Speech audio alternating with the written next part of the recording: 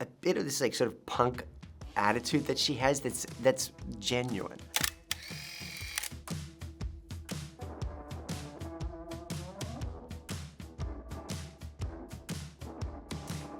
I want to first start off just by talking about Milly. You get such a great performance out of her that has this lovely balance of like nonchalance and sincerity. So could you talk about kind of like calibrating that performance to reach that exact right? I was so thrilled to have Milly as the lead of this film. James actually cast her, and I was familiar with her work on House of the Dragon and what she'd done in Australia in the television world.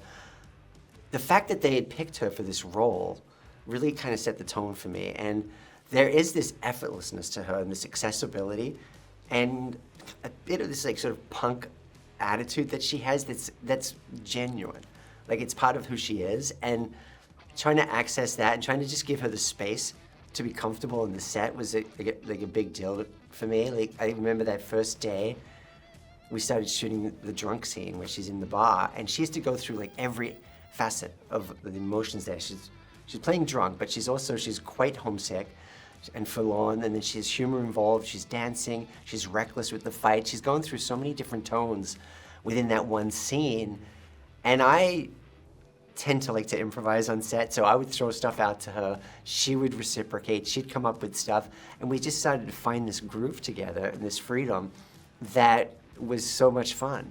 But in terms of the final tone and that effortlessness with the nuance, that ends up being the edit, because you have to sort of find the balance of like, well, how far is too much, how much comedy is too much for what her journey is as a character, what she's going through. And that was something that, takes a little while, and, working with my editor, Tatiana Riegel, who I've done like I, Tonya with, and Cruella, and Lars and the Real Girl. It was like really, the performances, like, really honed there in the edit. When I first heard this movie was being made, an adaptation of Woman of Tomorrow, of all the comics to adapt, the first thing that jumped to my mind was, how do they do the visuals? Because that comic looks absolutely mad. Yeah. And it was interesting that you went kind of in, not the opposite direction, but you went for more shadowy kind of look, which I really like. Could you talk about like choosing that direction with like the shadows with like pops of color here and there? I very deliberately didn't look at Tom King's book when I first got the script.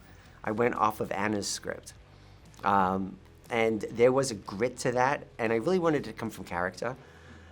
She's going to all of these different worlds that are on the fringe of society. I wanted to feel the poverty, I wanted to feel the crime, and the dust and the texture, and I just had this initial instinct that I wanted it to feel like a space we hadn't felt before. And there was this real opportunity to really get into the underworld, and so I started with that and pulled a lot of visuals before I went back and looked at the comic book.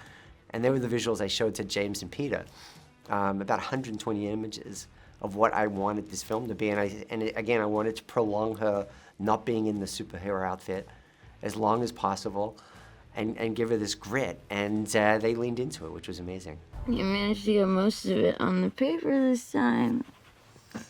Good job, buddy. Since we are a cinema chain, we like to kind of highlight cinema history. Like right now, we have a Christopher Nolan retrospective going on. So my question for you is, what's a movie that you love that you wish you could see on the big screen? The Shining. Yeah, straight away. Kubrick. Yeah, of course.